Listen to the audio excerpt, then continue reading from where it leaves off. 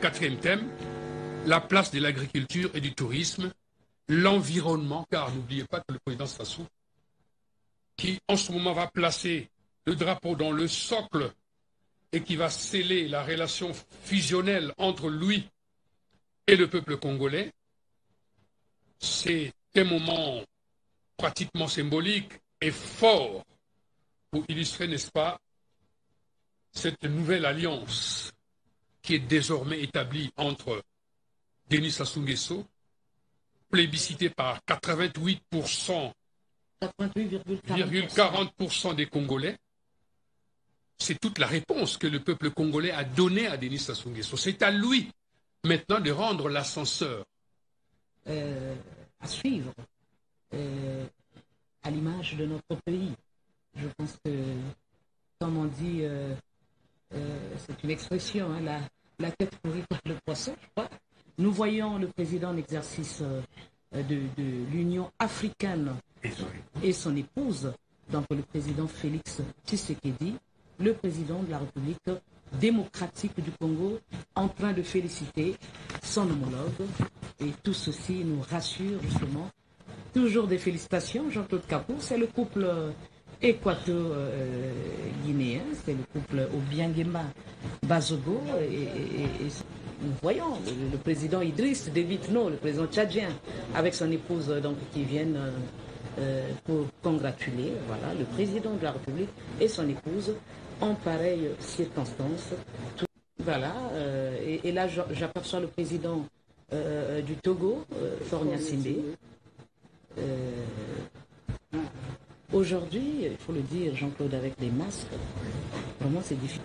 Le président de la Guinée, Conakry.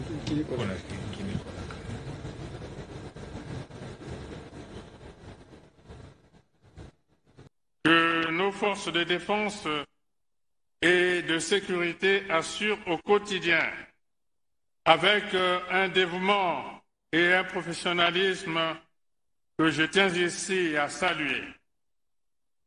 L'État protecteur, c'est aussi l'électricité et l'eau potable pour tous, des soins de santé de qualité pour tous, avec, entre autres, la rénovation du CHU de Brazzaville, l'achèvement et l'équipement de l'hôpital central des armées et des 12 hôpitaux généraux des départements.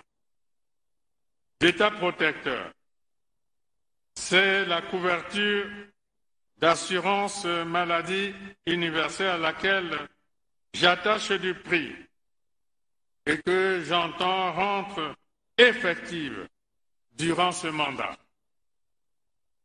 L'État protecteur, c'est une éducation primaire, secondaire et universitaire inclusive, performante et qualifiante pour tous,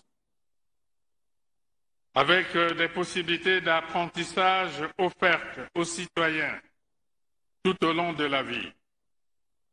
L'État protecteur, ce sont des villes vertes, saines, débarrassées de leurs quartiers précaires et de leur habitat anarchique. Enfin, l'État protecteur est tout entier dans l'engagement suivant de mon projet de société et que j'entends, comme tous les autres, respecter et faire respecter. Il s'agit de doter tous les villages de plus de 100 habitants que compte notre pays d'un dispositif de fourniture d'eau potable, d'une connexion au réseau d'électrification rurale et d'un centre de soins intégré. Ce sont là les axes se rapportant à la gouvernance sociale et solidaire.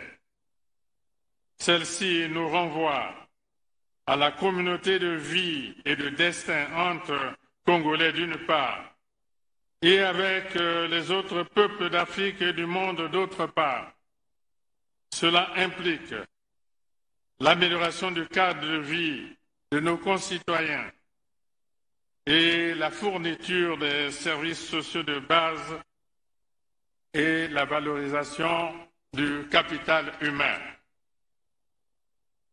Savoir protéger, préserver et utiliser avec justesse ce dont nous avons besoin est un des principaux devoirs que nous nous imposons. Ainsi, ensemble, nous pourrons faire face aux défis contemporains dans une perspective de développement durable. Excellences, distingués invités, Mesdames, Messieurs, vous l'avez compris, la marche vers le développement va donc se poursuivre.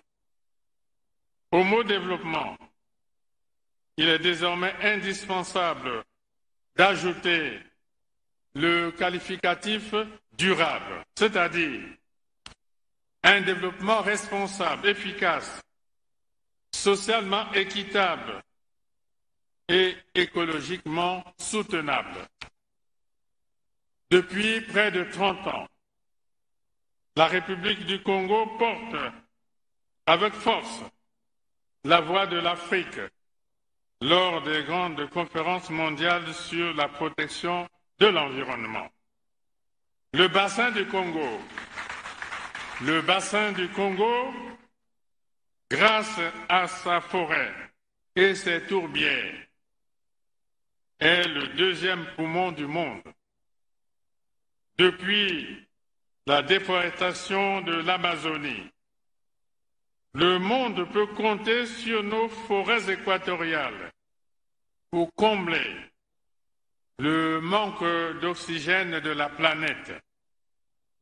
Et cet oxygène est africain. Cette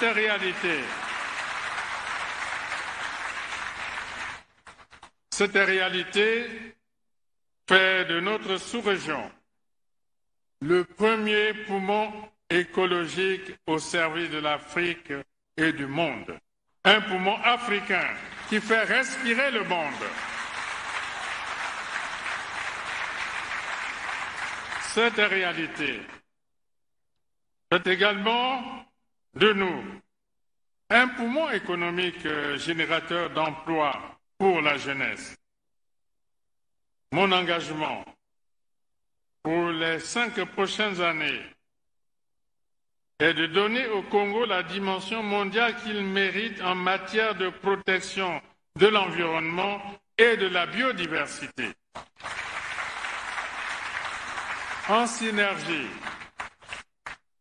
synergie avec mes pairs chefs d'État, je veux redonner à l'Afrique sa place dans le concert des nations.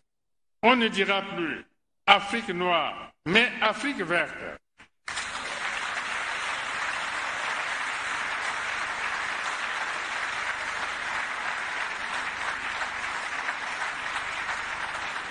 Le développement de demain sera responsable ou ne sera pas. Excellences, distingués invités, Mesdames, Messieurs, notre nature est un don de Dieu que nous devons exploiter et respecter pour que cette croissance verte soit vertueuse. Nous devons nous montrer exemplaires avec cette nature que Dieu nous a confiée, car ce don de Dieu nous impose plus de devoirs qu'il ne nous confère de droits.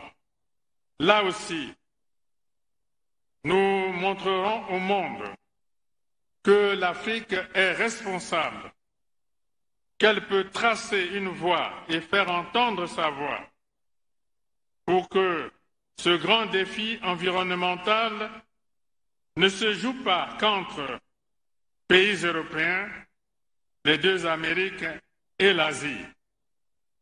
Nous devons être en mesure de dire aux autres dirigeants du monde qui ne peut pas décider de la politique environnementale sans nous.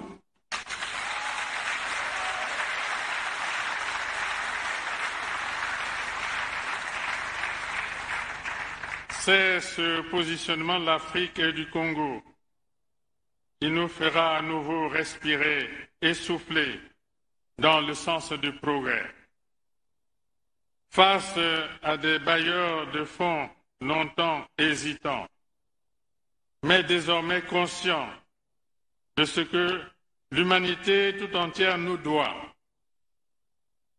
j'ai inlassablement plaidé la cause du bassin du Congo et je continuerai à le faire. Cette prise de conscience doit également être complète chez nous et parmi nous. Elle doit permettre la diffusion de la culture de l'environnement et l'application sans réserve de la législation en la matière. Excellences, distingués invités, Mesdames, Messieurs, j'aurais pu poursuivre encore en évoquant la revitalisation de notre riche patrimoine culturel, artistique et mémoriel, ou encore le rôle que joue et continuera de jouer notre diplomatie dans la promotion de la paix, de la stabilité et de la coopération en Afrique et dans le monde. Mais, puisqu'il me faut conclure, laissez-moi vous dire qu'en ce jour où je suis investi de la plus haute charge de l'État, je pense d'abord et avec émotion au Congo, notre pays. Le Congo qui a toujours réussi à surmonter les épreuves avec courage. Ce Congo qui n'est jamais aussi fort que lorsqu'il est uni. Je pense aussi à tous mes compatriotes, sans exclusive. Je sais que vous attendez beaucoup de moi et vous avez raison. Votre exigence m'impose un devoir de responsabilité. Dans ce combat pour un Congo fortifié, un Congo rénové, un Congo réinventé, je ne ferai rien seul. J'aurai besoin de chacune et de chacun d'entre vous. Dès lors qu'une volonté commune nous anime et qu'une direction claire est fixée, tout est possible. Ainsi, ici et maintenant, je recommande au gouvernement qui sera mis en place dans les prochains jours, les prochaines semaines,